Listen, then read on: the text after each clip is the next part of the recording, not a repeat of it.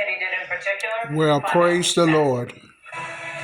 Praise the Lord for brother President Donald Trump. We no longer have to witness this. Yes. The lunatic worldview that put trans rights ahead of women's rights Yes. and basic scientific principles. God is so good. Suffered a major blow today thanks to President Trump's common sense executive order.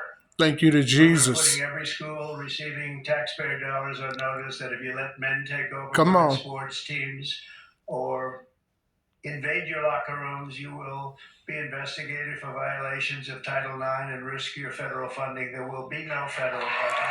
Praise the Lord. Praise the Lord. Now with Paula Scanlon, Independent Women's Forum ambassador, former Division I swimmer at UPenn. Paula, I know you were forced Jesus has heard our to prayers. compete on a swim team with a biological male. We just showed one of those races there.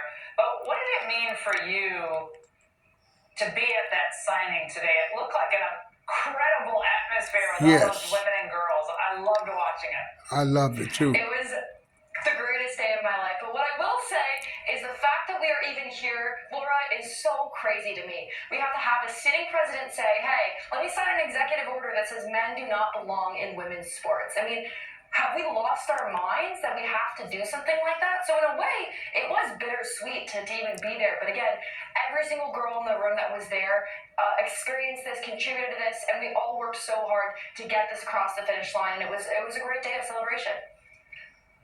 I just praise the Lord. He answered our prayers to bring in a champion for the Christians. Gender ideology is not welcome Democrats. in the 2028 Olympics. Check this out. Back. In 2028, my administration will not stand by and watch men beat and batter female athletes, and we're just not going to let it happen. Come on. It's going to end, and it's ending right now, and nobody's going to be able to do a damn thing about it because when I speak,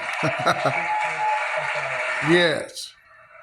Paula, again, Donald Trump, I think, will go down in history as the biggest champion of girls and women in sports that we've ever had. Amen. And even he today said the fact that we even have to do this. I'm not mad at him.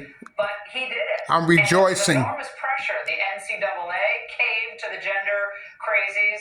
So many of these other professional sports, organizations. This is Rondine Birmingham with the Burning Bush News. Completely caved. The U.S. Olympic Praising the caved, Lord. But Donald Trump said, no way, not on my watch.